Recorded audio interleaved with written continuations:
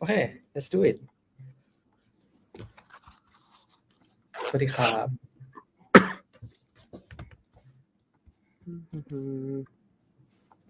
สวัสดีทุกคนครับสวัสดีครับ Oh, we are live now.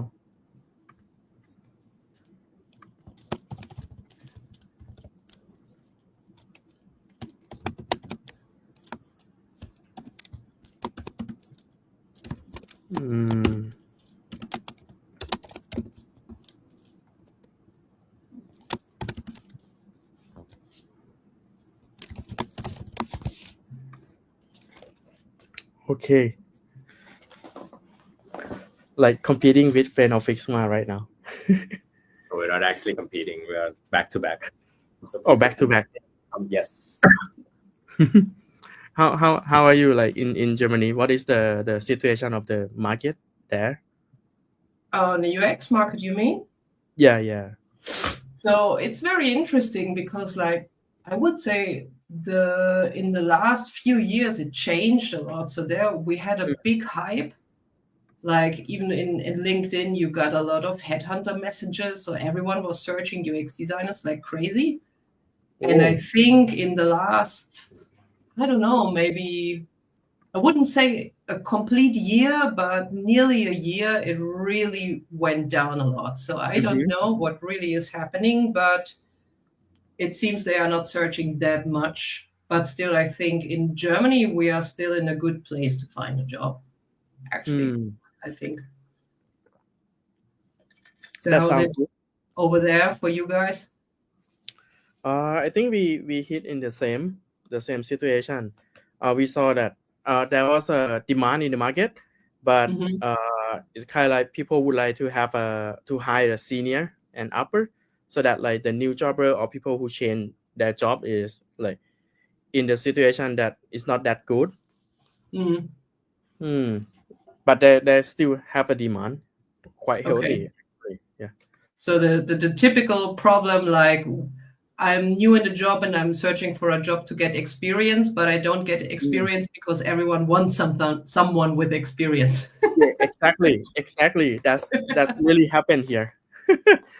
But I don't know, like it's 10 years ago, and now it's still relevant somehow. Yeah. That's why we can learn from the past. But do you also face still the same problem that for in a lot of job descriptions they put UI/UX, and then if you read further, you are really figuring out they are searching kind of a designer, kind of a front-end developer, kind of a animation master. 100%. Yeah. It's like really puts into perspective of like actually what they're needed is not just UI UX anymore, but like a people who understand the product, right? Someone who can come in and then work on like whatever gaps that this company may have, right?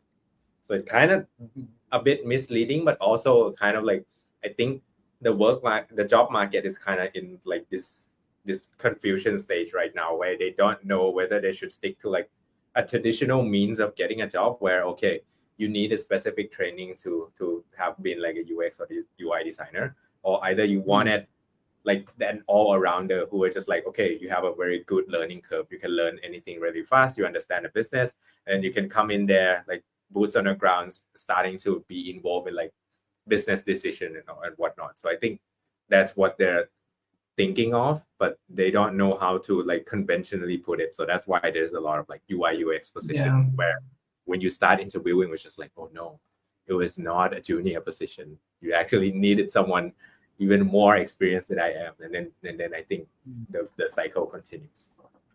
I think a lot of times the people that ask HR to put out a job description because they have a demand, I think sometimes don't even really know what they should put out there, because they are just like, oh, everyone is using UX and we need to do better software so it sells better and it looks nicer, but what the people actually should have as skills and what they are searching for, they don't know, so they just write everything.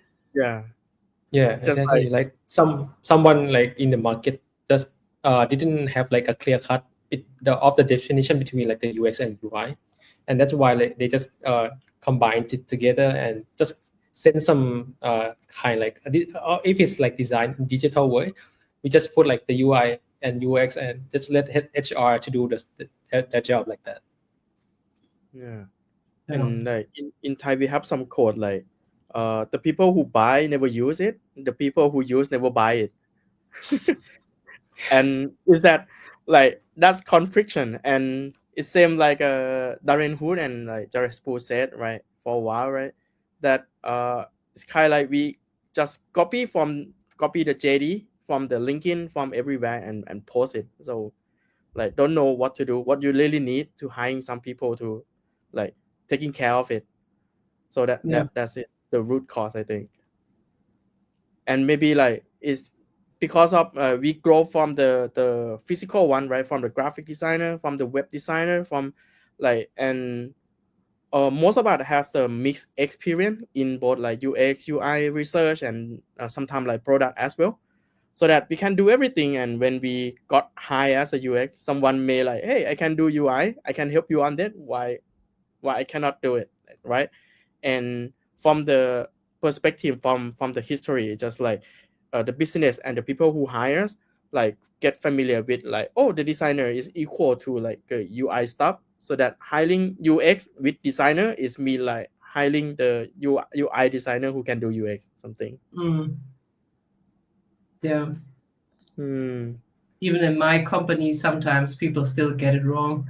It took us, I think, 5 years to have most of the people in our company, and I would say in Germany we are close to 600 employees. It took us so much time until people didn't ask like, oh, what do you actually do in the UX department? Because we already have marketing that does icons. So what do you guys do? Yeah, I'm making coffee. I'm like, Yeah. 5 years impressive though. My dad still asks that questions 10 years in. They don't even know what I do.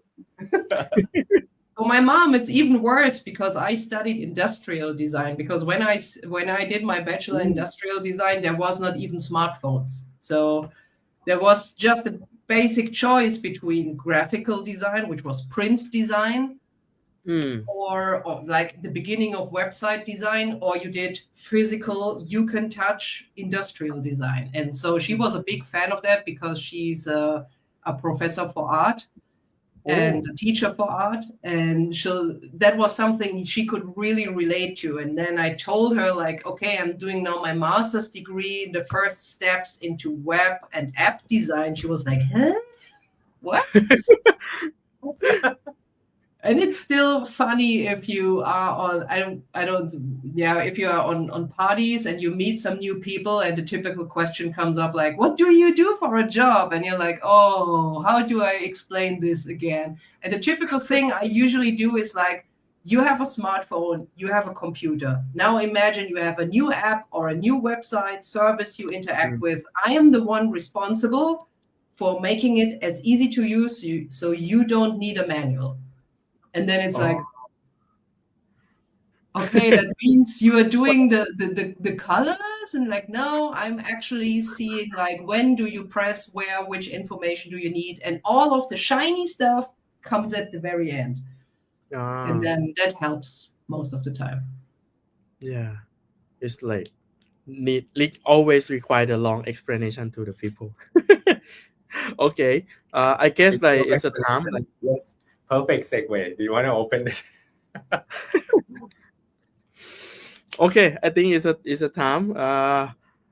สวัสดีครับทุกคนยินดีต้อนรับเข้าสู่ไลฟ์อีกครั้งหนึ่งนะครับวันนี้เราได้ซีโมนนะครับจากเยอรมนีเนาะมาเล่าเรื่อง Riskmanagement กับตัว Business Value ให้ฟังเนาะว่าแบบที่นั่นเขาทำกันยังไงที่ Eplan ทำยังไงบ้างแล้วก็เขาผ่านอะไรมาบ้างเนาะเพื่อจะได้สามารถถ้าเราไปเจอปัญหาว่าเราคุยกับ Business ไม่รู้เรื่องเราขึ้นมา lead ตัวโปรเจกต์หรือ strategy แล้วเราไม่รู้จะคุยกับเขายังไงเราจะ convince เขายังไงอันนี้ก็เป็นอีกวิธีหนึ่งที่สามารถช่วย lead team หรือช่วยทำให้แบบหลายๆอย่างมันเคลียร์ขึ้นได้เนาะโอเคSimone can you like introduce yourself? Yes, of course. So thank you guys so much for having me today. A very welcome here from Germany, from near of Cologne, the border between, I would say, Netherlands, Belgium, and Germany, like this weird triangle. This is where I'm sitting in. And I'm happy to talk with you guys today. So I'm a lead UX designer at a company called Eplan. So my UX history is already, I don't know how many years, maybe I would say maybe 18 to 20 years into design itself. So I started with industrial design, or as some people call it, product design. So everything you can touch with 3D works and material and calculating statics and stuff. And I did my master's degree in product design and process development in Cologne, which led me more and more into the era of smartphones, where then started with app design, front-end design, as I usually always did a lot of gaming. I'm a big gamer. I love gaming. And so I always was very thrown to like interfaces and how to make them work.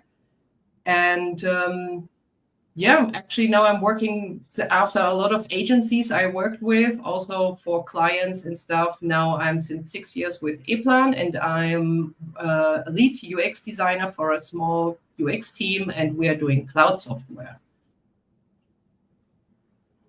Okay. Are you ready for it? I'm so excited about it. You know it already. You have seen it. Yeah. I'm not.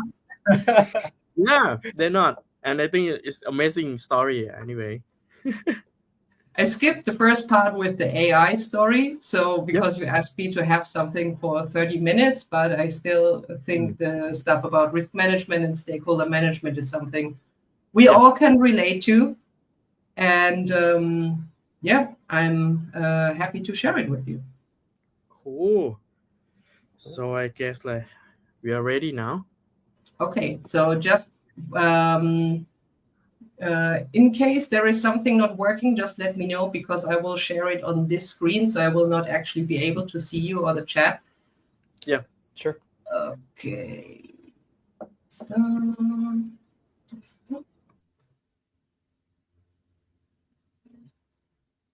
Okay, so you see my slides?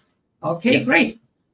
So again, hello and welcome everybody. I'm very happy to talk with you today about the topic of risk management and business value. And I call it with the subtitle, AKA stakeholder management, because I think this is something that really comes into play with that. First up, again, my name is Simone. Hello, everybody. I'm a lead UX designer at a company called Eplan. Now you also have the logo for it. Eplan is an IT company. We are doing software for electrical engineering. And in case you have never heard of us, don't worry, because we are not doing anything fancy. We are doing electrical engineering software, which is actually, as I said, not very fancy. It looks like this. So it's very technical and has a very special target group of people that are also not that tech savvy. So our software actually last year became 40 years old. It is in current development, so it has always updates, a yearly update. It's growing and growing of features. So I would say for design people, I would say imagine a feature set between Photoshop and After Effects, then you know how much stuff this software can do. So it's a lot. It's a native software which is installed on Windows, but we are more and more transitioning into cloud-based software, and this is actually what I'm doing with my small team. So we are taking this legacy elephant and we are trying to transition it into the cloud, which is, well, a good amount of work, but it's fun and it's interesting, and also to deal with the wide range of our clients that we have, or the users, which are from all kind of ages. And sometimes you have people that are happy to print a page, and then sometimes you have some that are super tech savvy. So it's very interesting. So this talk is about some problems that I think all of us designers worldwide, whenever I talk to people on conferences or on webinars or like in my daily networking, everyone hears the same stuff, and maybe you can relate. It's stuff like, we don't have time for research, doing everything how UX proposes to do will delay our deadlines and cost us a lot of money, or we don't do research because we don't even have a user pool. We would love to, but we don't have any users in a list, and sorry, can't do that. Or we have UX always takes too long. So in case you ever have faced these, then where does it come from? So, and I think it comes from some main problems. One of them is UX is not really understood and not part of your company culture. The next one is you do not really have a direct user contact you could feed off. The next one could be that stakeholders misunderstand what UX actually can do, and more of that, what can they do in which amount of time.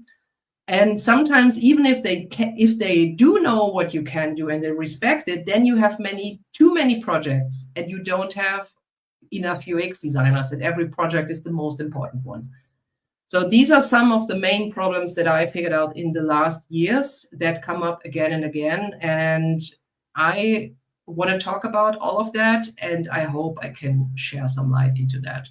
The first problem is, how do we really achieve a UX-friendly company mindset? How can we do that?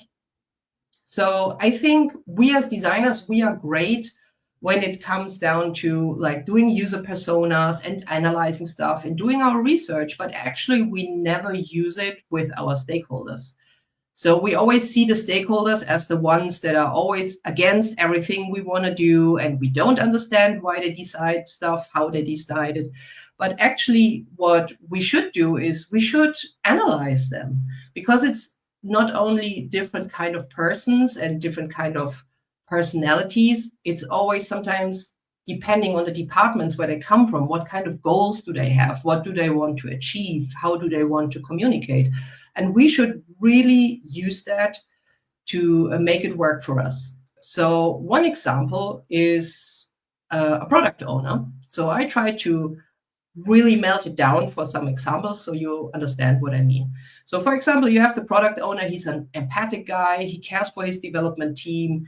He is responsible for the backlog, so he prioritizes, he overlooks workloads, processes, he's open for new things, and he's having a look at all of the data that exists.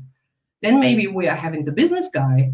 He has a lot of customer contact. He is very provision driven, so he wants to make sales, he wants to make contracts, and for him it's very important what the image of him in front of his boss is, but also like the image of the company he works for. That's super important for him.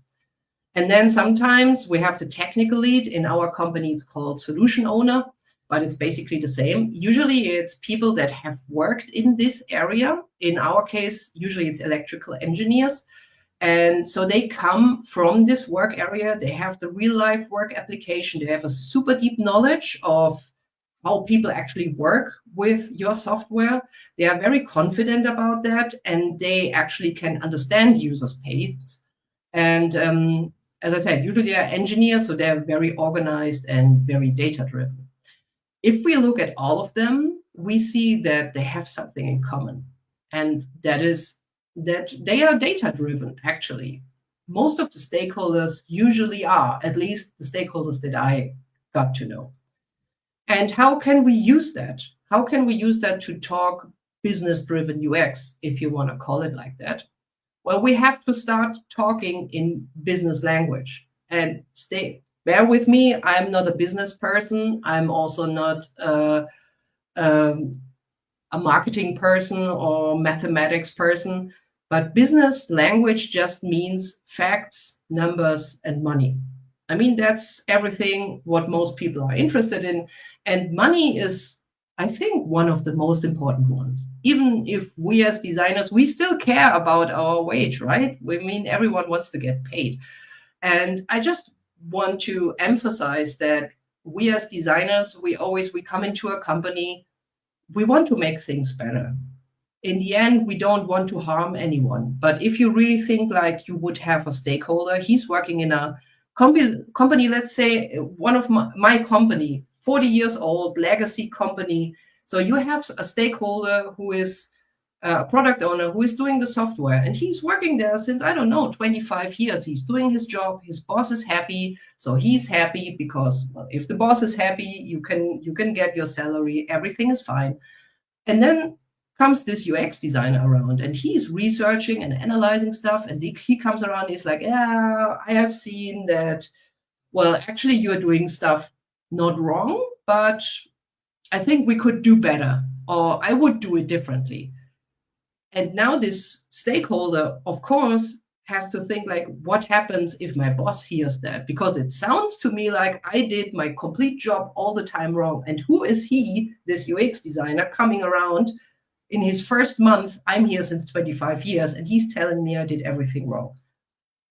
I think we can all relate and agree that these two will not be friends.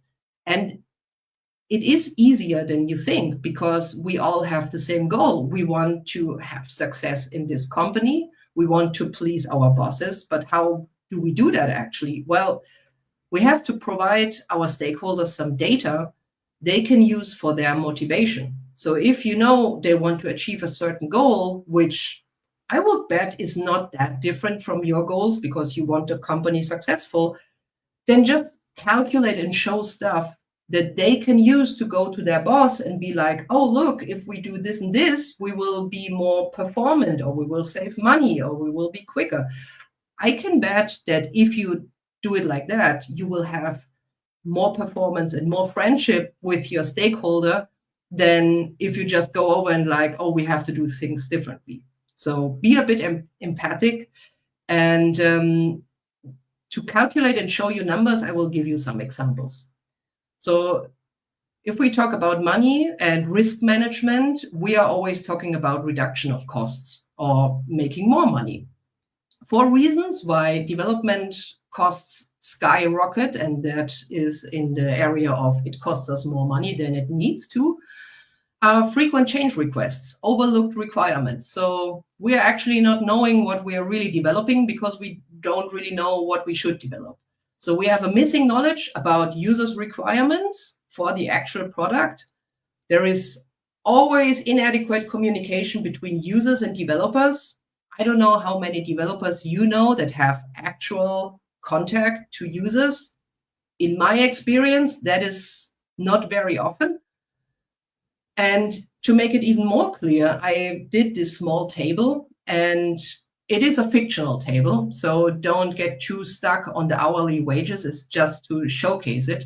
And I want to tackle one of the quotes that I had in my first slide, which is actually like, oh, if we do everything like UX wants, we just delay our roadmap and it will cost us money if we take longer. Okay, let's have a look at it. If you get this quote, you can take, for example, this table and you can show it to your stakeholders. So you can see here on the left side, we have all of the typical stages from research, UX, UI design, prototyping, testing, front end, back end, and all of the stuff. Here we have the positions, and here we have the cost ranges. So let's say we are doing everything right. Like you as a UX designer, you go there and you say like, we should do it correctly. We should do it like in the user-centered design process. We're doing first research, then we're doing some sketches, we are testing it, we're doing prototyping, we're iterate it again and again until we are sure it is right what the user wants, and then we develop it. And then they come up and be like, yeah, but this will take time in the first run and it will cost us money. Let's see. So yes, it will cost us money. If we look down here, we have total cost range. Yes, this is a high number. You are correct. But here you can see in the development, we don't have any costs. We don't have any QA. We don't have really a business impact or reputational damage because, yeah, your feature is coming out 4 weeks later. It's not that bad. If you get a good bunch of software, okay, it takes a bit longer. And now let's have a look what it looks like if we do it afterwards. So that's the actual stuff that happens all the time. They say, oh, we don't have time to do research beforehand. Well, let's just develop what we think the user wants, and then we can see if they really like it, and if they don't like it, we can still do it afterwards. Just do it later. The typical stuff that I hear all the time as well. So that means we have to design something in the first run. We have to prototype something in the first run because we are just doing a feature on what our stakeholders told us, what the user wants. We are not allowed to ask. We develop this, it goes out on the market, it comes back, users hate it, and we have to do all again. Well, let's have a look what that costs.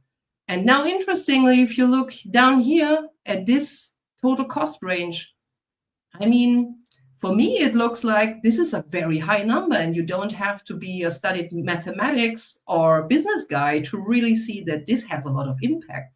And don't get me wrong, you can see that here you have a lot of more costs because sometimes you have to do stuff twice. And also, which is really interesting, is lost revenue and reputational damage. So it can be that people will hate your software because of your release so much that they go to another company and use a different kind of software. So that also means that you have lost revenue because people will quit your licensing, for example, or just switch to something else.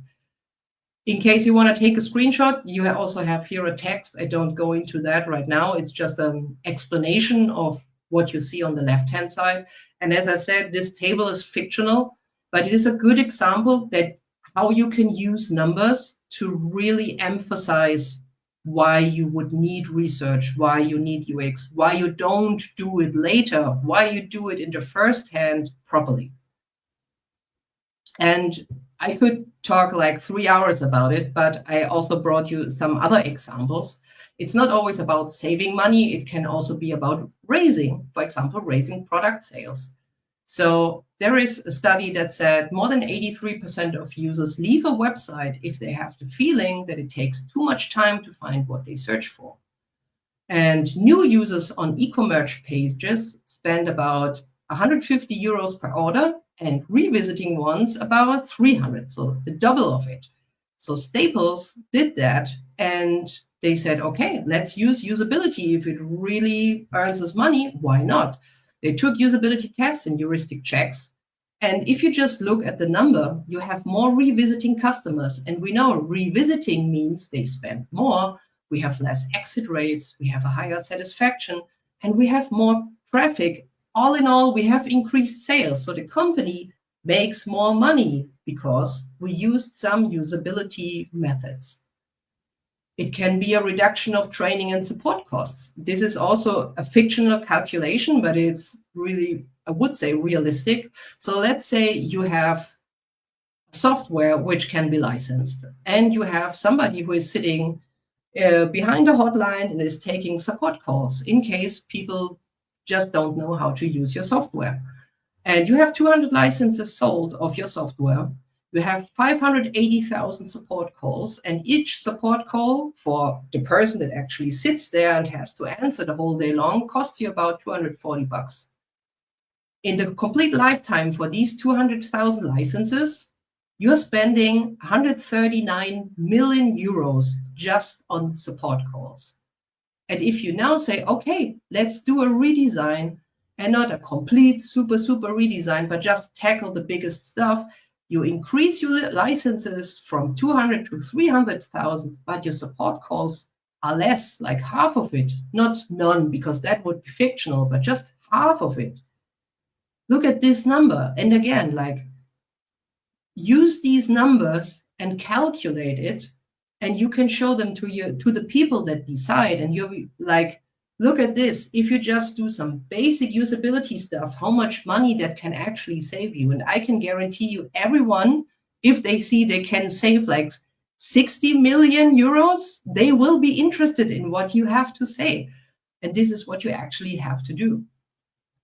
Another thing here that I wanted to show is this chaos summary report from the Standish Group. And it actually shows the reasons why most IT projects fail or delay. And you can see on number 1 is incomplete requirements, which is very interesting because incomplete requirements actually means we do not know what we actually should develop. And that happens more often than you would think. Incomplete requirements means we have higher project costs because we have to discuss. We say, oh, we think we know what the user wants, and we will develop something. And then the discussion starts, because then also development asks, like, what is something? Please define what is something. What do we have to do? So you have a lot of discussions, and the more you discuss, the more delay you have, and the more money you spend, because also developers, for being in discussions, want to be paid. And in the end, it ends up that you have a software which is not enjoyable or usable for the end user that has to use it. So you have a lot of higher follow-up costs. We have seen it with support. The worse your software is, the more people will call, and the more people at a hotline or email support you will need that costs your company money. People will have to visit trainings or doing online tutorials in order to use your software, which of course you could get some money with, but it is also a bad reputation of your brand. If they be like, I'm spending so much money on this software and I still need to spend again money to actually be able to use it, I don't know if that is really the best reputation for your brand. So these are all things that regard to risk management, and I think they are a very good way to actually make stakeholders that are in doubt if UX really is more than some fancy buttons and some colors. You can really use that to make them understand it. There was one quote from one of my favorite persons in UX. Her name is Debbie Levitt. You will see her on some conferences as well. And she's very straightforward. And she said, if you have a stakeholder that gets from you all of these data, you show him everything you know about risk management, you lay out the facts and the numbers, and you really tell them, like, look, this is a risk we will take if we don't do it properly. And he is like, nope, I'm willing to do that. You are just over exaggerating. It's fine. It will be fine. Then you have one joker in your hand, but be careful to use it. But I have done it and it works, but it's risky. So you can just take a piece of paper and you will be like, okay, we will write down all of the risks, and we will write down that it is a risk and it can cost us a lot of money and bad reputation of our brand, but it is decided by you, and we write your name under it, that in case it goes wrong, it was under your decision. So you are out of the equation. You are fine. As I said, it's a bit risky, but you can pull the joker whenever you need to. It's just something that I want to give you on the way. Let's look on the second one, lack of user involvement. So maybe you know the term Chinese whisper game. In Germany, we call it Flüsterpost, which is actually a small little game where you start whispering something in the ear of somebody and it comes out in the end. And the thing at the end doesn't have to do anything to do with what it actually started with. And I'm very sorry to say, but this is actually what happens in our daily life. Because when you have a user that does not really know how to use software, he's asking his boss. The boss is asking the product manager. This one is like, I don't have a clue. I'm going to call support and open a ticket. Then the ticket guy is talking to the product manager in your company. Then he's talking to the technical manager. That one is talking to you. And you are then talking to development. What could possibly go wrong? I ask you. And I think also here, risk management would mean just take the short way round. Sorry, this is also in German, but you can see it like validation by the user is part of risk management. You should be able to directly talk to the user to just not have these Chinese whisper effect. But then if you still have a stakeholder who is like, yeah, I get it, it's important, we can make it happen. You don't need to talk to the users because I'm from sales. I talk to them every day. I drive around. I talk to them. I make them sign contracts. You can still ask me. I know what our users want. Then I have to call it out. I'm very sorry, but this is bullshit. And you know why? Because you know nothing. I'm very sorry, but it goes further. We all know nothing. It's not only the stakeholders, not us, and not even the user himself knows what he really wants. Because the user just knows that there is a problem, he wants to have it fixed, and he comes up with some sort of a solution that fits in his context. So actually, if you have a user with a problem and he comes up and is like, oh, it will be solvable if you just put a button there and then it will trigger a PDF export. Yes, it's a possible solution. But if you have 10 other people with the same problem, with a different context, in different companies, maybe a different age group, a different culture, will this button with the PDF export still be the best solution for all of them? I don't think so, because every user just comes up with the easiest solution that would work for him. And this is why requirement engineering is very, very important. If you have never heard about requirement engineering, then just write it down and do your research afterwards.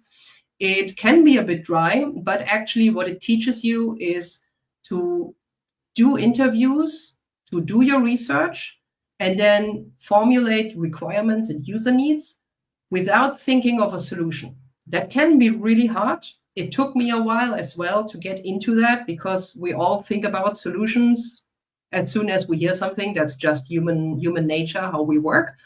But really, you have to force yourself to think without a solution. And most stakeholders cannot do that. A lot of UX designers cannot do that. And there is nobody to blame, because it's, as I said, human nature. It's the easiest solution and it's easy to do. Somebody comes up and already gives you a solution that could be done, but don't take it. And why it can be misleading, I want to give you a real-life example. As I said, I work in cloud software, and we have a feature where we have an overview about projects. And we had an internal focus group, so we had stakeholders from my company that had day-to-day real user interaction. So they understand our users more or less. And we did this internal focus group, and we said, look, there are a lot of stuff that we can actually offer that people could do in such a project list. So they can open, save, rename, share, duplicate, cut, copy, paste, whatever. We don't want to do everything at once. We want to find out what is the most important ones. So we named them a bunch of, and then we asked them, now please name us the 3 most important ones. It's hard to do, but they had to force themselves. And you know what actually went on rank number 3? Rename, which is very funny. I was not expecting rename to be on top 3. I expected it to be somewhere in the top 10. And I was asking myself, why is renaming so important? Are our users, our engineers, not able, if they have a new project and they give it a name, to write it properly? Are they all mistyping, every one of them, and they need to redo it again? Is it not possible for them? And then one of my stakeholders came up and said, no, it's actually not that. So what they actually do is, you have this engineer and he starts his work on Monday on his project. He finishes, and then he gives the name Project X, Monday, name of the engineer, and he leaves the company. On the next day, on Tuesday, he continues his work. He takes the project, and then as soon as he's done, he renames it, and he renames it to Project X, Tuesday, name of the engineer. So what they actually did is they did a versioning. They used renaming for versioning. And you wouldn't have known if you wouldn't have asked the right questions. And if you would just take the user solution like, oh, we want to have a renaming feature, well, you would be with renaming. Of course, it would somehow solve the problem, but is it the underlying requirement that you actually solve? Not really. And then I asked them, like, okay, let's say we would have a versioning feature. Would rename still be in the top 3? No, of course not. It's not that important. Oh, interesting. It all makes sense now. Okay. And this is why I say requirement engineering is super important, to think solution absent. Well, now maybe one of the next quotes that you saw on the first slide. Everything right, cool stuff, Simone, but I don't have users to talk with, because my company, for example, is a startup. We just don't have a user pool yet. But bear with me, I can relate. When I started at Eplan, our UX department was just starting up as well. And we didn't have any user pool. So they had contact to users, but they didn't want to give it to us. So I had to start from zero. And I have some tips for you how you can still start talking with users. Also, if you don't have a user research group or department in your company, and also if you don't have an existing user pool. So the first one, which I very often use with my team, is internal focus groups. In case you have not heard about that, it's actually a group of people that comes from your company, so stakeholders, but the kind of stakeholders that have day-to-day contact with your users. So they can be from support, from consulting, from sales, maybe they are doing training. So we have a training department, and you invite them and you show them your newest concepts or ideas. Can be mockups, can be wireframes, can be basic ideations, variations. You just invite them. You have to guide them like in a small workshop through it, but you ask them to behave like not their personal opinion as a stakeholder, but they have to be like the passive voice of the user. So you have to get them used to talk like a user. Like you show them something and you're like, now think about the users you have day-to-day contact with. Would they understand it? Would that fit into their workflows? Where would it not work?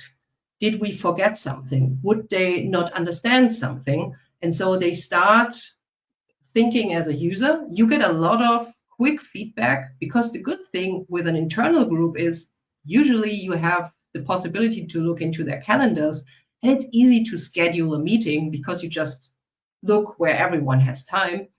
You have people from your company, so they should be motivated just as you to make the software better, because then we earn, all of us, more money if the company is successful. And the third really important part is, and I can really tell you that's in my case, the thing is they really love to do that. So even if they are not really UX fans, they really love to think about concepts, to being asked for their opinions, to really work on it, think about stuff. And my internal focus group, they are such big UX fans right now. And they are already asking me, like, when is the next internal focus group? Oh, I love it so much. And it's so much fun. So you can build up a small UX fan base inside of your own company. And you know how companies work. Somebody always talks with someone, and use this passive effect where some stakeholders talk with other stakeholders, like, oh, did you know I just went into this internal focus group from UX? They're really doing cool stuff and it really helps me, and blah, blah, blah. It really helps also to increase the maturity of your company regarding UX. So this is a really good thing. The next one is you can talk with support. So if your company has somebody sitting behind a hotline who is doing tickets, who is doing, emails, ask them for reoccurring problems. Ask them what kind of stuff people are always calling or asking about. What is reoccurring stuff? Maybe you can get some insights to some user tickets. Maybe they give you some screenshots.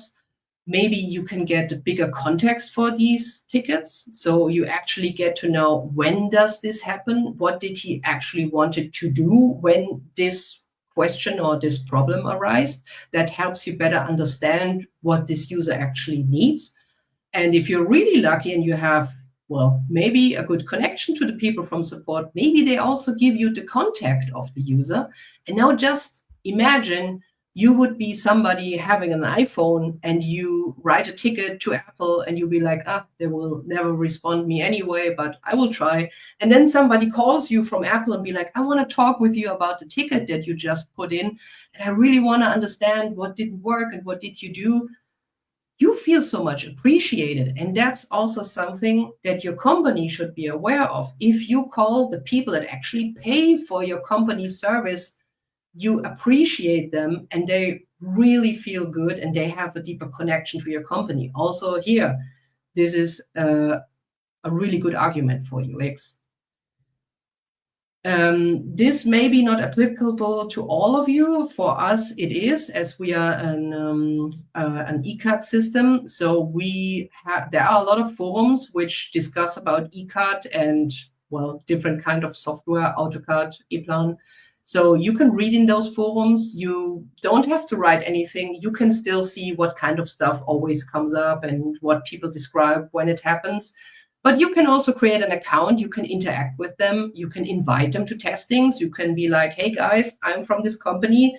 Instead of complaining the whole time, I invite you to make it better. Your opinion matters to me. I can invite you to some usability testing. Let's see if we can make it better. Again, people feel appreciated.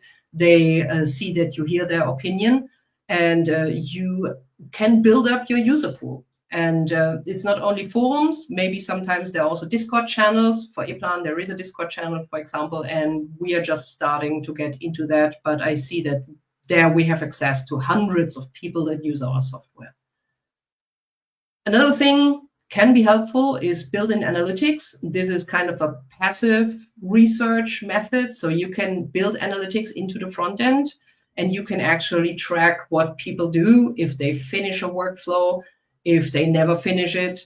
But be careful with analytics. It can lead you in a wrong way if you don't ask the right questions or if you follow the wrong facts. There are other talks and webinars talking about that. But it's a good way if you want to find out stuff. And last but not least, there are questionnaires. I think we all agree that questionnaires can be unnerving. So be careful how often you do them and how many questions you ask and what kind of questions you ask. But they can be pretty helpful. Maybe you have, for example, we did a user screening beforehand from the few people that we had. So we actually knew who is in which target group, what kind of work setting, what kind of knowledge, what professional level do they have. And we actually use questionnaires in a mixed manner, like quantitative and qualitative. So quantitative because we can send it out and we can reach a lot of people at the same time. The good part is they can fill it out whenever they have time. They don't have to schedule a meeting with us, like with a one-on-one. So they are free to do it whenever they want. So the rate will be higher that they respond. But you can actually implement into the questionnaire screenshots, or maybe you embed some small videos where you show a prototype. This is actually what we start to do. So we give them a screenshot from a concept, and we are like, how would you rate it? Would you think it would solve your problem? What would you expect comes next? So you can cleverly mix and match quantitative and qualitative, and it can be a good thing. So the last point, now we imagine we are in a shiny world with rainbows where your company loves UX. They know what UX does. They know it's helpful. They know everything about risk management. They are your biggest fans. You did your job great. But now you have the problem that there is a very high demand on UX resources. So now everyone wants to have a UX designer, and you have way too many projects in the pipeline that would need a UX designer. And if you want to be like, okay, let's see which one is the one with the highest priority, so we tackle that first, well, of course, every project is the most important one. And of course, every project owner wants to have the highest skilled senior designer that ever exists. And now it's your turn. What do you do? Well, my conclusion would be use UX levels. Also, this is in German, but it's easy to understand. So you see on the left hand the triangle for the user-centered design process, and you see in the middle the UX levels. It starts with 0, which is barely just use style guide components or front-end library. And on UX level 4, you have full steam, out of the book, UX methods, research, everything. And all the levels in between, you can imagine, go lower and lower with less impact. So you can use UX levels to define how much effort, workload a UX designer should bring into a project. Let's say UX level 4 means you are doing 4 or 6 weeks of research beforehand. And it means you are doing usability testings, and it means you are doing prototyping. And UX level 1 maybe just means like you have somebody who is maybe building some mockups, but is not doing any research or anything. So you can use that and you can give it to your stakeholders. And they actually can see and they can choose, and they be like, I want something with a very high level because I think my project is very important for management, but oh, it also means 6 weeks of research. But you can also communicate it beforehand, so they can actually think about it if they really want to invest this time. And then you can match your existing resources with the stakeholder categorizations. But you will say, what if my resources don't match? What if my stakeholders are like, yes, still, I want to have UX level 4. So they want 4 UX designers for level 4 and 2 for level 3, but you don't have them. You don't have enough people to support all of that. So what can you do? Well, the option 1 is you're just stepping out of the game and you tell them, well, this is what I have. Now make it work. So it's not your decision to say like, okay, this designer goes on your project and this one on your project. They have to decide, okay, 2 people can have level 3 and 2 people can have level 4. Now figure it out for yourself. It's not my deal. Please, dear stakeholders, discuss it. And as soon as you have a decision, you come back and then we begin to work. That is option 1. Option 2, which is my personal favorite, is they don't want to discuss. They still hold on to their decision. And you say, okay, you want to have 4 UX level designer 4? Then we need to hire some new UX designers. Great, you get some new UX designers for your team. You have a bigger department. You have more colleagues. That's actually good for you. I mean, that's my personal favorite. But still, in both cases, you are out of the equation. So you can use that. And you are not the guilty one to blame. So if you want to have some inspirations, this is what it could look like. This is actually what it looked like in our company. So you can still see the UX levels. 0 is on top, and you can see in the different phases of the concepts, it's all gray. So there is nothing. In number 1, it's just like existing style guide, and I'm doing some mockups for you, and you can see there's barely anything UX related to do. And then we are working our way up until we are on level 4, which is actually UX, where you do everything like out of the book. I know that was a lot and a lot to take in and to remember, so I want to summarize it for you. Bring UX into your company culture. You have seen some possible ways. Get to know the business plans and try to align with it. Try to analyze your stakeholders a bit to more understand them. What are their motivations? How can you help them achieve their motivations? Do that by talking their business language. You have seen facts, money, remember the table, remember the different things with support, what you can do. Always think about risk management. You have seen many, many examples about this. Find ways to get direct user contact. I have showed you some methods how you can do that, even if there is no pool and even if there is no user research department for you. And when you are there, use UX levels for prioritizations, for not running into this game where you actually do not have enough UX designers and everyone is super stressed out. That's it from my side. Thank you so much. And I would be happy to keep in touch. Here is my LinkedIn QR code. And I think that's back to you, John. Wow, that's awesome. I just like the second time is still impactful for me as well. Like it a lot. I just would like to hear from like Kevin and Cobb. Like, what do you think about it? I could literally take your whole slides and then just preach it to any company in Thailand right now. I wish like all my design.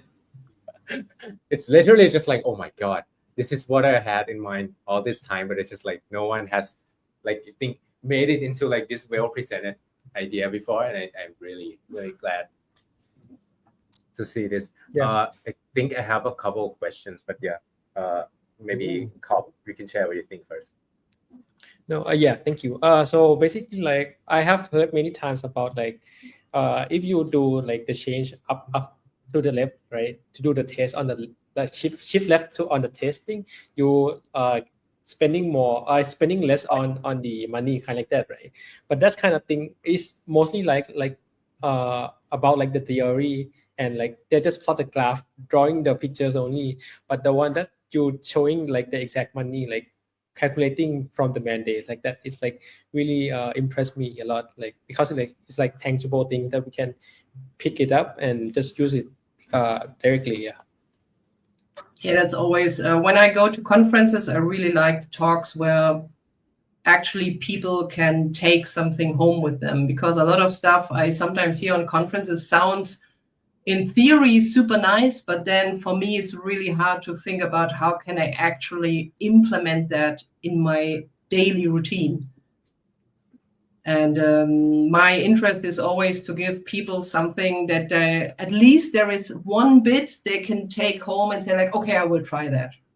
I know that all of this business stuff is really hard because you have to really get these data first and calculate, and maybe you don't know how, but in the end, you really see where it all goes.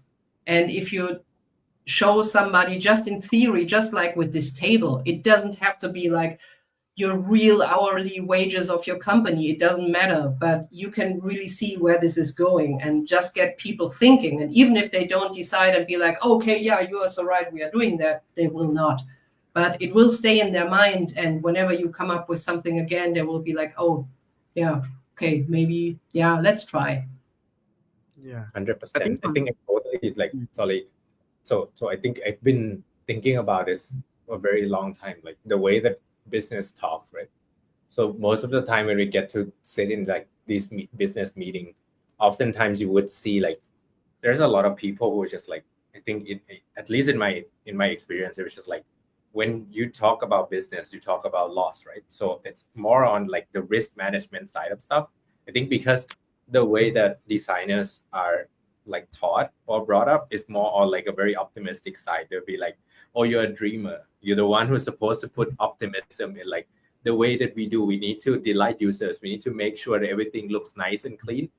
But sometimes like when business see things, they kind of see us as like a very naive person who are just like, okay, of course you see everything as flowers all the time because that's why you are taught, right? But then sometimes I feel like this is what we probably need in like this business talk, right? And I think it's also like in one of the UX psychology, like loss aversion kind of stuff, right? Like if you start talking about, oh, if you're not doing this right now, this is how much money you're going to lose, right? And once you start talking in that framing, people start paying attention, because I think they like my friend also mentioned this to me, like he works in like a very like highly driven enterprise company, and it was just like mostly people just wanted to stay afloat, right? Not every company needs to grow all the time, but some people who works in a company just doesn't want to cause like massive loss or just like this damage to the company. So once you start talking in different sense, once you start saying like, oh, you know, if you're not doing this, you're actually leaking money, you know that it's like reaching its like critical mass point, it's just gonna explode or implode, right? So once we get into this mindset, once we start to empathize with the business or like what they're trying to do, I think these message kind of like speak directly to people in charge, and which is like they would starting to see like, oh, how critical are their like mindset about viewing things in like the way that they used to be, right? You think like yeah, I think that the speaking of this risk, I also wanted to take this back to like the way that our Thai designer is, because usually I'm not sure if you're aware, but like most Thai people grew up with the sense of like, because I think the way that we are is also very like conflict avoid. So we grew up feeling like we need to please everyone. We need to make sure that we are making friends, we're being friendly. Otherwise our career is at risk. Do you think like this mindset, or to be more aggressive towards the goal, or being more passionate about design, or the way that we are being user centric, do you think like this is a risky move for someone who has never tried this before? Do you think you'd get fired because of this, or is it like something that you're supposed to do in the first place? depends on your company, of course. But look at this. The company where I am, as I said, we are about 600 people in the German region alone. And I would say, management says it's because it's a very engineering-driven area, but we have maybe 12% of our employees are females. Most of them work in marketing or HR, like the typical ones. Some of them are designers. But if you look on where actually people are in a higher directive, or there's a very few women. And then if you look up into the proper management, if you see management photos, you just see ties. There are no women at all. That is one stereotype, the same as you said with Thai people are expected to always be nice. It's the typical stereotype that you say, oh, women don't want to do a career. Women cannot talk hard and business-driven stuff. And actually, well, if you have a company that is clearly avoiding anything and is super strict and against anything and super traditional, then depending on how you do it, maybe it can get critical. But even in my company, it depends on how you announce it. I'm a very extroverted person. I don't really talk super flowers in front of me like, oh yeah, but maybe, and that's not my kind of talking. I'm trying to be cynic, kind of funny, but I always talk clear facts. And where I'm really good at is doing networking, actually. So that's what I emphasized with the internal focus group.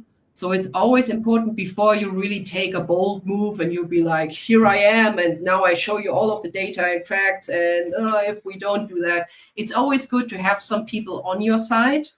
Or what you also can do is take one of the deciders people. So just think about who is in charge of doing the big decisions, who are the people around them, and is there somebody who is most drawn to UX mindset? So take this person out, take a one-on-one call, talk happy, friendly, and always positive. So be in the mindset look, let's make stuff better. I have some great ideas. Don't be the one that is oh, we are doing stuff wrong. It will cost us money. This is all bullshit. This will not help you because everyone, if you go in negative, the response is negative. So be positive. Try to actually make them believe we can do great stuff together, and everyone above there will also be impressed. And then take the people out one by one. So if you go into a big board meeting and you have half of them, you had a one-on-one talk already, and they at least have seen your concept or your idea, most likely they will be on your side. So it's all about networking. It's all about having a supportive mindset, being positive, but still you have to, well, of course, if you do monies, facts and data, you have to be sure that, well, of course, you are the one to blame if it's complete bullshit. So don't come up with something that just sounds good. But still, I don't think that everyone would fire you if you do it in a very positive and diplomatic way. So don't expect to start in a new company and within your first half year. I think that's a mindset which is the same everywhere. I'm in a new company. I want to do everything different. Yay! Woohoo! So no, it doesn't work. So just settle down, try to get into the company culture because every company is different. Try to figure out who is the one who talks to who is important, who is on my side, who is less on my side, and then just crawl your way through it and get friends and do some workshops, show them that the stuff you do is good for the company and also good for their career. And usually that works with the time. You just have to be patient. Yeah. I think that's when the UX magic happen. Just when being the designer, right, we have the superpower to understand and empathize people. That is our role. So that's mean before we trying to tell other you did the wrong thing, you have to do this. It's blaming them. It's telling they are not good at that point. So use your the power to understand what is your what is in your bag, what is your put on your shoulder, what is the KPI, what is the effect that you will like consequence to you if you lose it, if you like make it fail. So understand that point and what is the metric that they care, not just only the business but the developer, like the tech people as well, so that you can know that, oh, if I want to win and I want to like proceed on what I want to do, we have to like dealing with the win-win agreement, and we go together, right? And then we trying to achieve like you win, I win, the product and the company win as well. So that would be like very easier to negotiate. But at some point, like the junior or the like mid-level designer may not understand this point because they like very focused on the execution, on the hard skill. And when you growing up and you have to starting to manage the requirement, manage the people, get understanding, like going to the bigger meeting room. So you have to understand and you have to like walk to the people and trying to understand them by one. Because like if you like making it wrong by like talking with someone in front of like many of them, it's just like they might hesitate to talk the truth with you as well. So it's just like management skill, negotiation, like, and definitely like empathize people. Help And with politics. it. Like, yeah. Politics is a big thing in companies. Yeah, exactly. I think I also wanted to bring in some points on this, right? You mentioned the requirements engineering, where you kind of do this interview, right? And then you came upon like this conclusion of like, oh yeah, actually they didn't want a renaming feature. They just want version control. Like I love this underlying idea of like, you look at things and you just like, you observe it to the point where you kind of understand where they're coming from. I also wanted to ask, like in places of most of the juniors designers, like how do you manifest this skill? How do you train for something like this? Training. Oh yeah. I mean, what I see, I mean, when I did start in the UX design area, it was not even called UX. That's how old I am.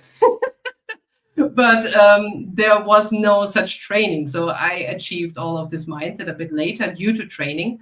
But actually what I find is now that some of our trainees that come from their master's degree, sometimes they already had that in their curriculum, and some don't. So I don't know if that is something that is now coming more and more into the university. So sometimes I don't have to teach that.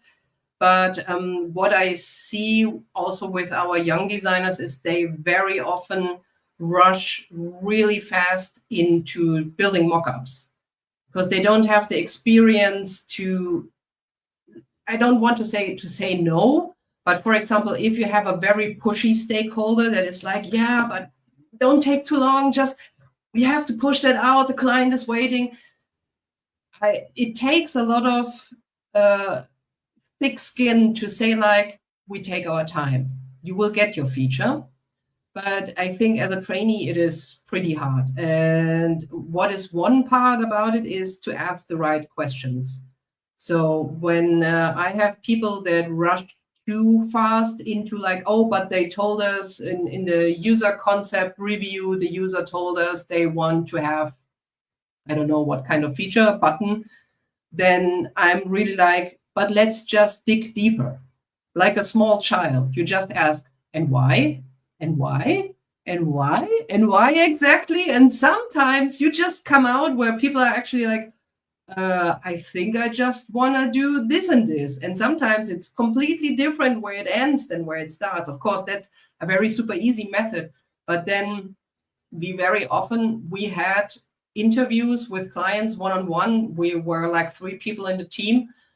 And I could really see that my younger designers, they were like, oh, the client says this and this, blah, blah, blah. I just write it down. And actually, I took the bold move and really asked about all the context and all the reasons behind it. So it takes a bit of practice.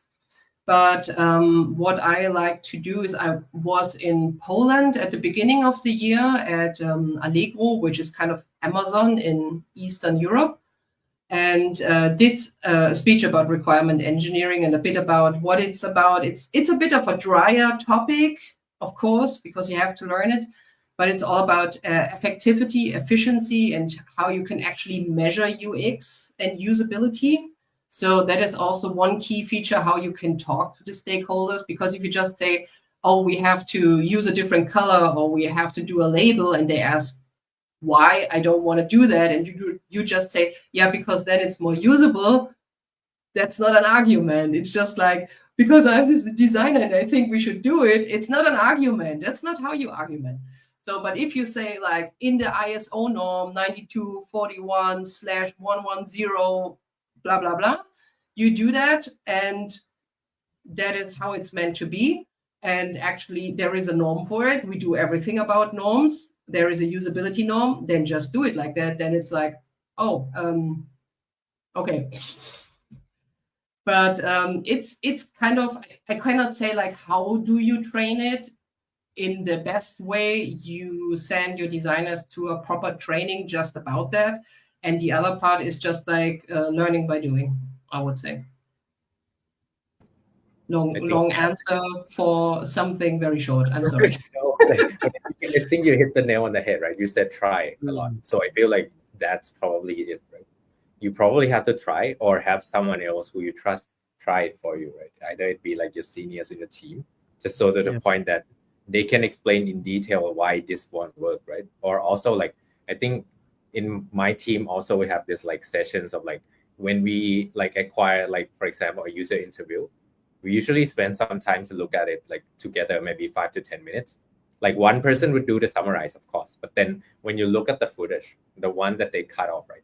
We know that, oh, this part, maybe he doesn't actually mention this because before he was doing this, so that's why he was doing this.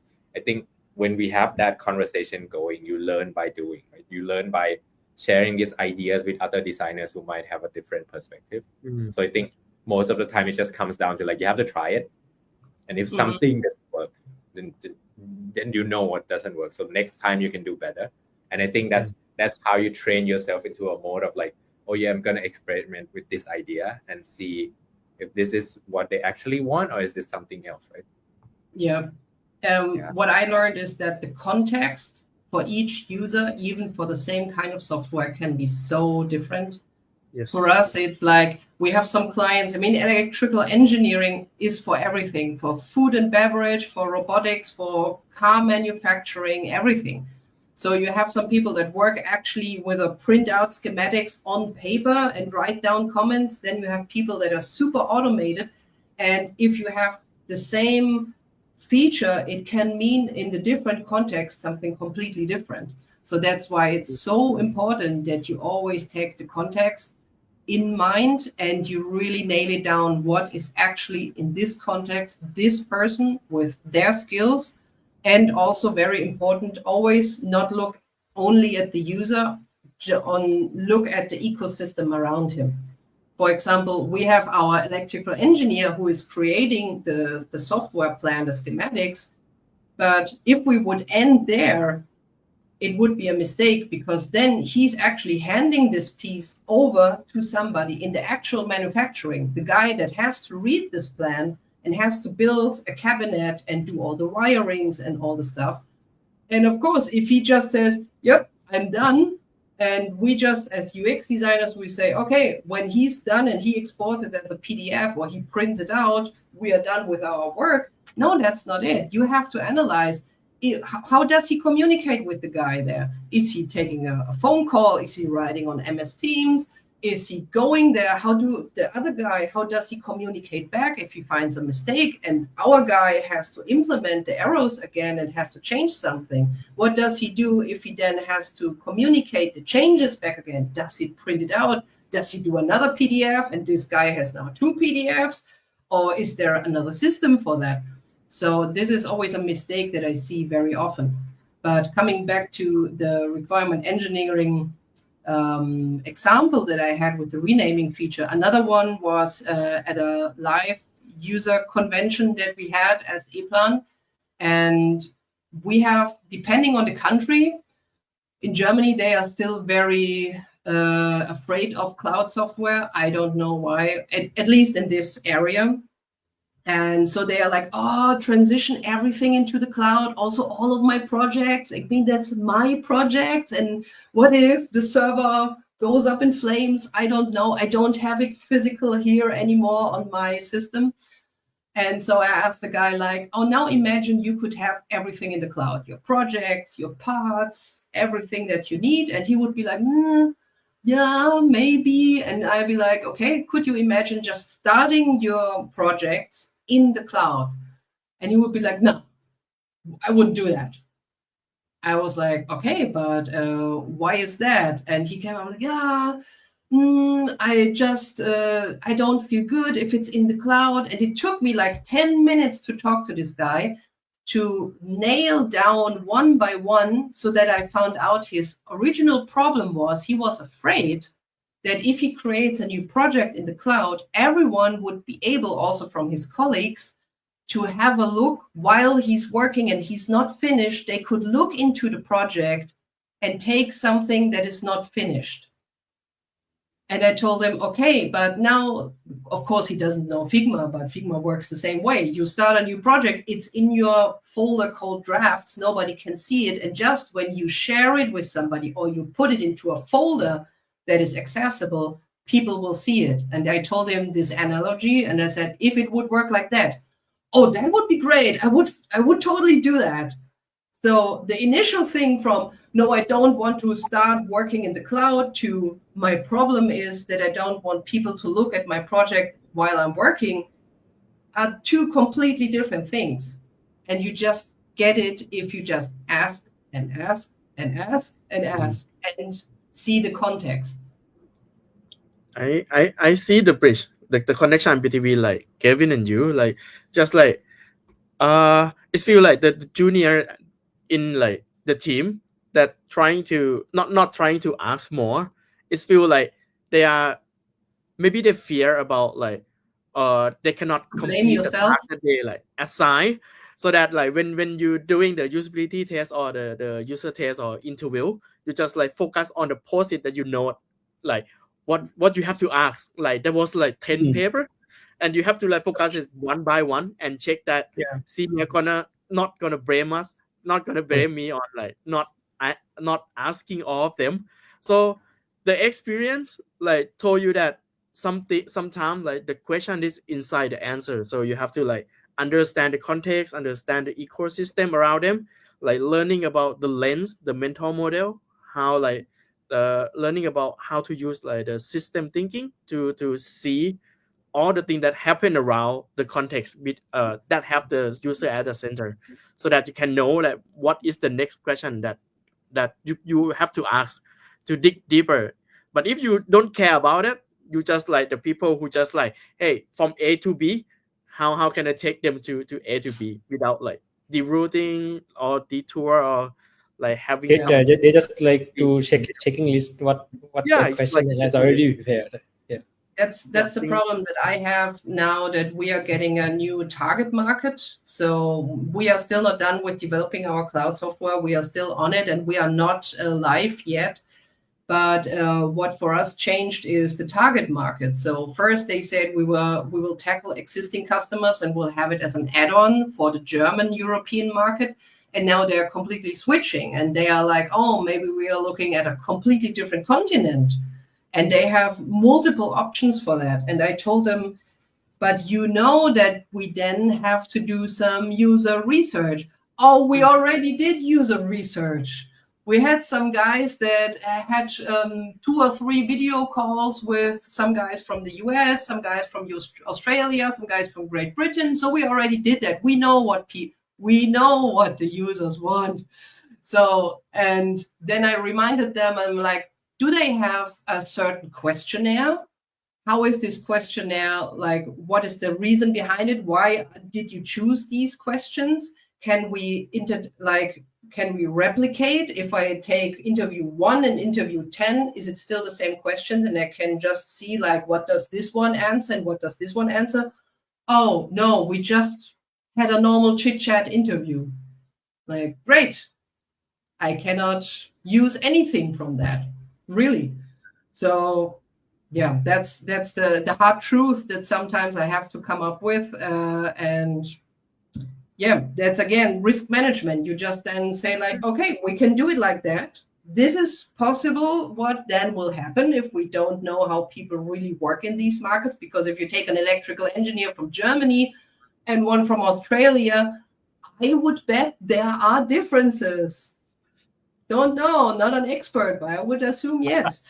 And so, yes, that is a reason why we could fail. We just have one try. We know how people work with software. I mean, there's a lot of money that hangs behind it. If you have to change from AutoCAD to something completely different, well, you try it once. If it doesn't work, you're like, no, I'm out. Cost me like $2,000 because I had 1 week where no machines were running because nobody knew how to use this software. They will not try it again. Yeah, that's why the money calculation is very important, right? So if you have like many people like user like spread around the world, it means like you have to seriously do the recruiting the user, like the segment, the sampling size, how many of them in our system, so that we can like calculate into like the revenue percentage, so that we can like doing like slicing the people, seeing the portion that we have to talk with them, and like dig down deeper into like their context as well when we like doing the segmentation, right? And another thing is like that you point, and I really love it, because like UX like trying to having the test, having the interview, having the research, but they never calculate back that what you invest, how was its result, like in the revenue, in the insight, in the outcome. So they just like, hey, we run like 5 times, but what is the result from the 5 times? Did we lose the money for the thing that we like just Google and we know, or we get the really the really critical insight from that research? If you don't get it, that maybe mean like you lose like not just only the money, right? But you lose 1 week or 1 month time of your life to doing things that we just Google for 10 minutes. So we have to reiterate it again next month. So that is like how did you like spending life into like the failure like that, right? If you don't like plan properly at the start. I just had an epiphany. So what you're explaining is basically requirements engineering, but it's in the internal level, right? So when there's like a requirements from business, you're just like, okay, this is what they wanted. We wanted to market to this like very segment or this country, right?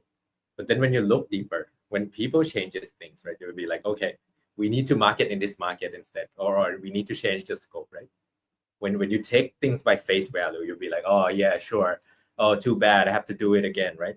But when you look deeper, you kind of see the bigger picture. You'll be like, oh shit, maybe there are some business reasons why we need to do this. Maybe they just happens to be in a hurry. Maybe there are some other reasons, right? And why you get around to these problems, you kind of can guess what is going to happen, right? And I think also Simone is also giving an example of like, oh yeah, let them try once. That is also a valid strategy, right? So like when you try things and it doesn't work, then people listen to you more the next time you bring it up, right? So it's kind of also goes hand in hand, right? You interview people, they tell you what you want. Maybe it's not what they actually want. Business is also the similar idea. Right? Sometimes people tell you things that they're not even sure whether that's the real thing or not. But your job is also to look after that question, which is like trying to understand what business really want, right? Maybe they were just ordering you like, oh yeah, give me like 10 UTs, just like in our target group, whatever. But maybe you wanted to maybe solve these underlying issues that like have been plaguing the business, right? Or the reason we're ordering 10 UT is because of this very pain points that has been existing. That's why people have not been engaging. Maybe you can step up and we're just like, okay, let me look at some of the statistics. What are we missing here? Are they actually solving the right problem? Because I think at the end of the time, it'll just be like what Chan said, right? You can run 100 UTs, but by the end, if you can analyze all these things, but it doesn't actually solve the real problem, it would just be cementing the point of like, yeah, maybe we don't need UT in the first place. Whatever we do, it just fails. But actually some problems are just like deeper lying than that. So it's kind of like, it's a good point to look back towards whether like something that we're doing actually creates value for a business, or we're just doing it for the sake of like keeping us afloat. What you can also do is like do calculations, how much UX methods in the first run, yes, will cost time and money, but how much comes out as more revenue or more customer satisfaction or good reputational image for your brand in the long run. And that is very, very fast if you do the calculation. So if people just hear like, oh, it's 6 weeks of 2 or 3 designers that I have to pay, and in the end I get maybe 3 Word documents, what kind of value is this? They ask stuff that we already know. But if you really show them like, yes, it will cost you like, I don't know, $10,000, but in the long run, support, I mean, you have seen all those stuff. More revenue, less costs in support, and so on. Better reputational image for your company. That it's just worth it. And my experience is I have a lot of stakeholders that are now, after all of our work, more listening to what UX says. But I still also have some that are like, yeah, UX is important. On the front side, they are like, yes, I know it's important, but they are not really interested. And we had a very funny encounter. So one of the guys that is also a decision maker, we have a complete style guide department because we have so many different software products and they all use the same style guide and the same design package. And the design style guide team is about 6 people, or I think at the moment, I think it's 5 people. And so we are having sister companies, and they also start digging into, they can do great software. So maybe we should re-innovate our software again, and maybe we can use the style guide, but we want to have different colors and a different scheme. And that's when our style guide team said, we cannot tackle that anymore. We cannot like have 5 different style guides, one for company 1, for 2, for 3, for 4, and we have to do maintenance in all of it. If we have a new component, we have to change it in all of them. So we have to do design tokens.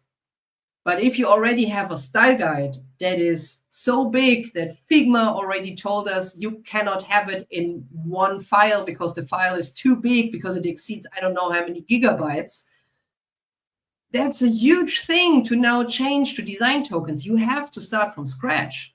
And that is also a decision. So me and the style guide lead together, we did a presentation for the stakeholder that decided it. And we said, we really need to switch to design tokens, because in the long run, we will kill us by ourselves with that. And then he asked, how much time will it take us to reinvent everything and do design tokens? And she said, maybe if one of my guys works on it, maybe half a year until a year.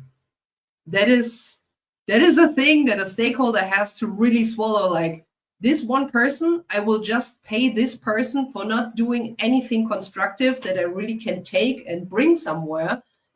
I'm paying him 1 year for visually nothing. And so he was more like, I don't know, that's a huge delay. And when the other software teams will come around and need something from style guide, you guys will have less people to work on. So we have more delays, and then the development has to wait. So the usual stuff started, like argumenting.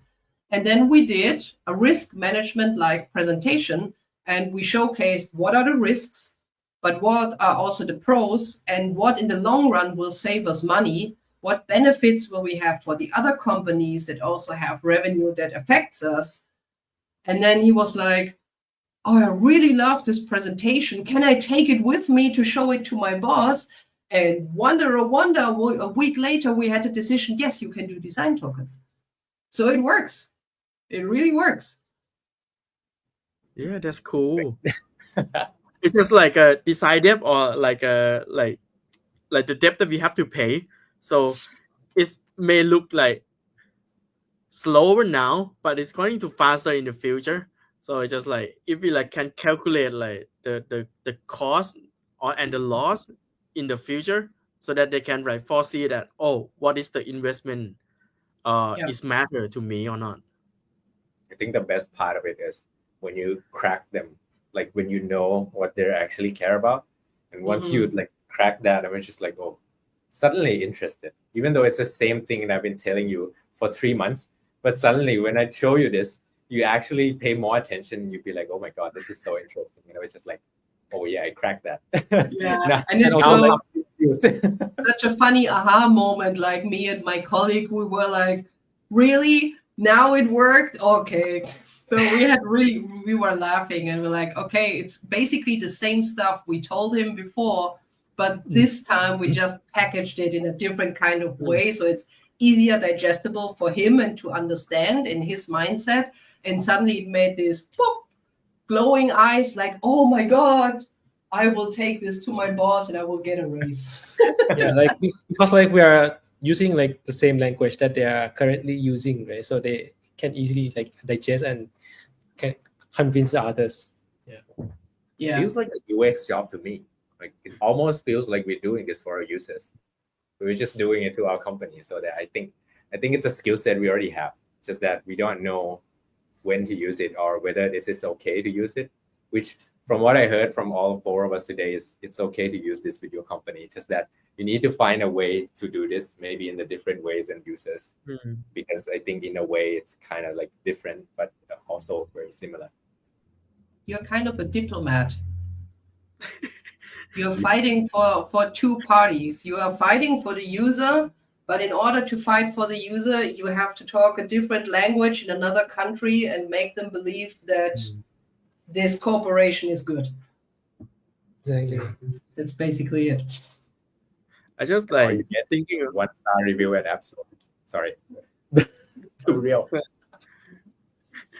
it's just like when you're talking about like showing something and they like just like getting into it. I just like thinking about this book. Maybe like you love to read it. It's just like influencing is your superpower. Oh, Yeah. In the I have to short, write that down. it's just like they're talking about why people got attractive on something and how you can use that power, use that knowledge to influence them. The description like very short for me. It's just like no matter what, how we no matter what, how good it is, like when we talk on something, if they don't attract or have the attention on it, that's nothing for them. So we have to get what will attract them first, and then we bridge what we have with that. So then they are going to like a open the tap water and like they throw into like the thing that we sell. Yes, You and gotta this love is that. why the stakeholder investigation is so important, because if you don't know how a person really works and what is their motivation and how they, for example, want to communicate, then it will be hard for you. But if you really can get this teeny tiny little details out, it is very much easier. And I think we as UX designers, we have the perfect skill set for that, because we are used to analyze people. We are very empathic. So we can dig into people's minds and try to understand how they work. Why do they want this? Why do they want that?